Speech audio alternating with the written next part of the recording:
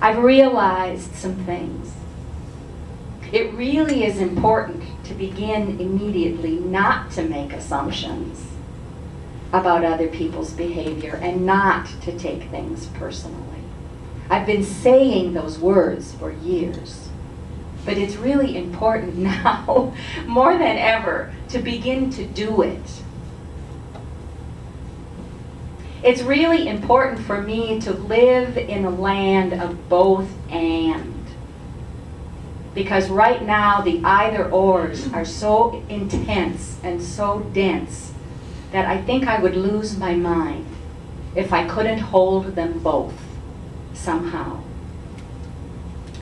It's important for me personally to stay alert to the patterns and the clues that are emerging around me. To try to take that hawk's eye view and sail up above the mess and take a look at the design and the pattern and what is happening. To find my place in it, to make sense of it, and to be able to breathe in the presence of all those contradictions. I defend my right to be innocent and unreasonably hopeful at all times. I choose to pass up power in favor of truth. And I choose to be grateful, even, and maybe even especially grateful, for the people who grate on me the most.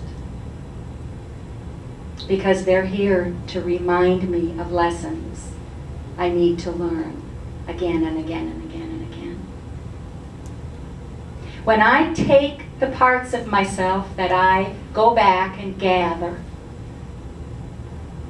and I gather them inside of me in a sacred space, I then have the opportunity to create another space where I can invite others, women, to come and play with me, to co-create, to partner, to collaborate. I've been doing a lot of work, actually this whole time that I've been working with Kathe the Women for 6 years. The work has really been about the edge of collaboration. But that's such a flat word. I'm finding myself so frustrated with that word because it doesn't really begin to describe the dynamic, alive opportunity out there at that edge where there's a shared space and there's you and there's me and there's inspiration and there's divine assignments and there's big work to be done. There's something so dynamic and so alive happening out there at that edge that I don't think we even have a word to describe what it is that is the opportunity when a bunch of I's come together as a we. The jobs ahead are huge. We get to create a whole new economy from scratch. It turns out it's global after all. Who knew? It is also this really powerful opportunity to weave into the fabric of this new economy all of the incredibly valuable unpaid work of women all around the world. The women who birth the babies and care for the children and nurse the sick and hospice the dying and educate their communities. All of those women in Africa and India and South America and little bitty islands that none of us have ever even heard of. There is this huge, vast network of unpaid work that women do to hold the world together. And part of what we have an opportunity to do now as we create a whole new economy is to somehow weave in at least recognition of that incredible contribution that's been going on since the beginning of time. We have the opportunity to heal our earth, to honor her and to respect her, and to cleanse her water and to cleanse her air, to save her climate.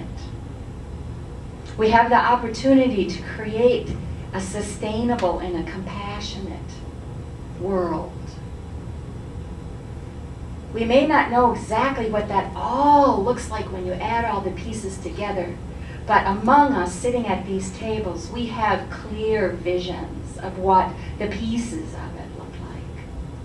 And when we put our pieces together, there's a map, there's a blueprint, there's a clue.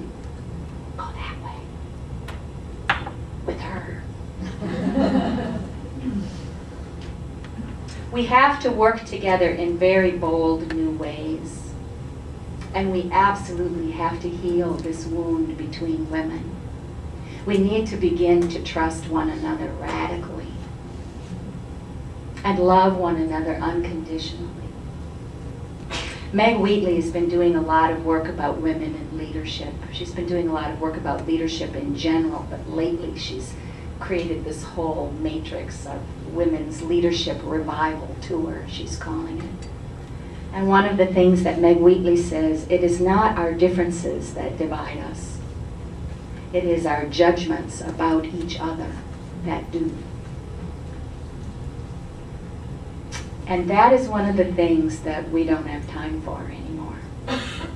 As Charlotte and I have reflected many times lately, that was so yesterday.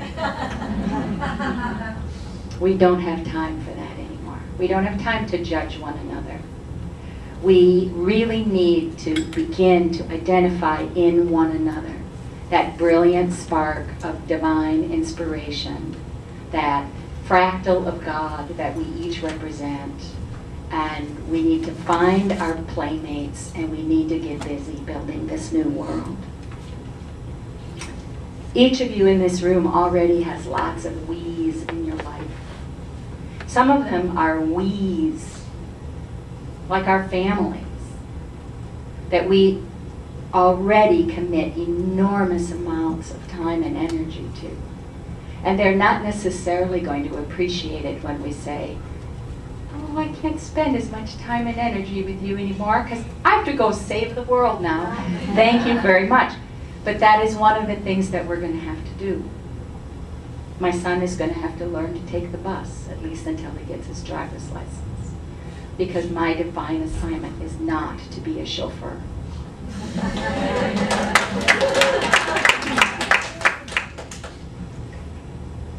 I am unreasonably hopeful about my own ability to continue to gather the parts of myself together,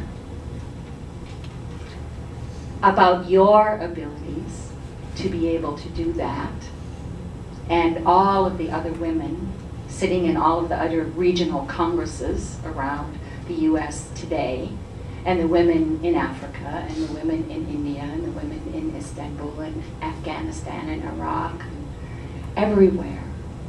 I am unreasonably hopeful in their abilities to be able to continue to gather the parts of themselves together for this job. And I am profoundly hopeful about what women are going to teach the world about compassion and unity as they learn about compassion and unity. Thank you.